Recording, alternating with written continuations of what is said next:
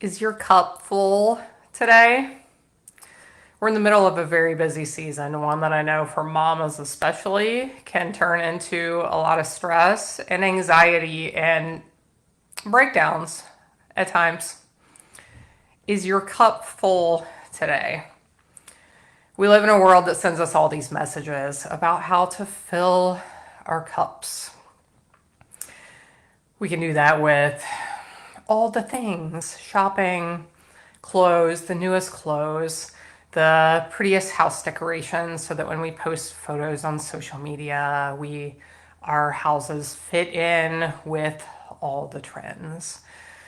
We can fill our cups with trying harder, striving, working more dads, working more moms. Maybe it's being healthier, eating the right foods, and exercising, and all the things. Maybe it's doing more in the community. The more you do in the community, the better person you're going to be. You're helping more people. And what is it? What are you filling your cup with today? I believe that most or all of us have addictions. What are you filling yourself with? Sugar, caffeine, games or social media on your phone, gambling, substances, alcohol, drugs, inappropriate viewing material on your phone, knowledge, learning. These things can all become addictions. We're filling our cup. We're striving to be better, to feel better, and to be happier. Self-help, self-care. How much, you deserve it. Take care of yourself. Whatever that self-care is, massages or pedicures, or what are you filling yourself with today? Especially at this time of year when things get so crazy, and I think it brings out in people where we are lacking. It's such a wonderful, happy time of year when we're going to spend time with family and show them how much we love them by purchasing gifts and all the things. And I think this time of year can really bring out some of the holes and what's lacking in our lives. So if your cup is full today, friend, I hope that it is full for the reasons that my cup is full. Even when my cup isn't full, even when I'm really struggling, my cup is still full. And I'll share with you why in a minute.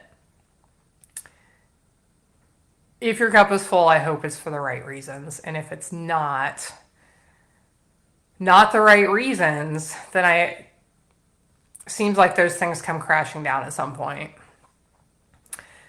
If you feel like your cup is not full today, the season is getting the best of you, you're struggling with broken relationships, health problems, mental unwellness, financial difficulties, whatever it is, I hope to offer some encouragement to you. I've been there. Many of us have been there. Nobody wants to be there. Nobody likes being there. But for those of us who have been there, there's so many people, so many stories of that was the moment I needed. That low point was what I needed to finally handle my life in the right way. Finally do what I needed to do to get out of the hole. I heard two stories here recently about men who were suffering with addictions, and they hit that low point in their life. Their lives had crumbled, marriages and families were falling apart, couldn't function at work anymore. That was their low that they needed to finally do life differently. Mine was marriage problems. Marriage problems in the end of my ability to feel like I could physically even get through life anymore because it had gotten so hard. So what did I do in that moment? That was the moment I finally turned to God. Said, you got to do it. I can't do it anymore. My strength has run out. I ran out. These men with these addictions that I'm talking about, one of them was the founder of AA. This happened a long time ago. He got to his low point and he cried out, God, if you exist, I need you now. I need to know. The other story I just heard not too long ago is a man from Michigan that this just happened in the last year or a couple of years. It was on a podcast called Confidence in Christ that one of my friends does, but he had a drug addiction and he fell on his knees in a parking lot and said, God, if you're real, I need you. And he knew in that moment, just like the founder of AA, he knew in that moment that something had happened, that he was healed. He didn't know how, he didn't know what was going to come, but he knew in that moment life was different. If your cup is not full today, I would like to ask you, do you believe in God? And if so, are you living your life for him? If you don't believe in God, is this something you have considered? Is this something you might consider? Maybe our cups aren't full because we were created to live in relationship with the one that created us, and that nothing else is going to fill that void until we open ourselves up to that exact thing. I would like to invite you in the coming year. I have decided I've been a believer my whole life, and I just, like a week ago, finished reading the Bible all the way through for the first time.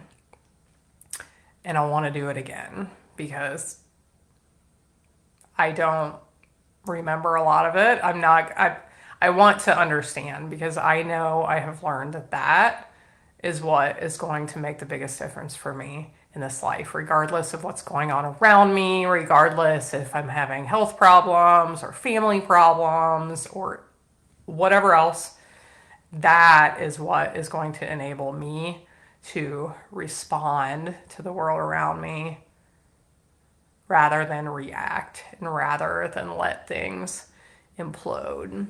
I'd like to invite you to read the Bible with me in 2025. If you don't have a Bible, there are places you can get them online for free or cheap. Do a little search for free Bible if you feel like you can't afford one.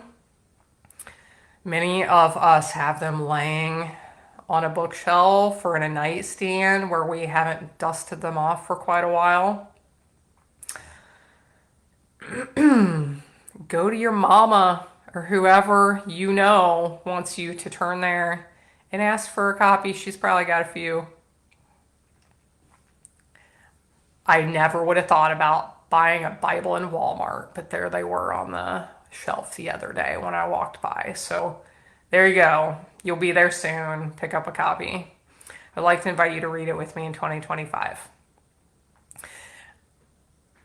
In the copy that I have that doesn't have like extra study materials to help explain things, I did the math. It's 3 pages per day to read the whole thing over the course of the year. Now life gets crazy. I don't always do this. I get Thanksgiving. I got days behind on my reading that I was trying to keep up with.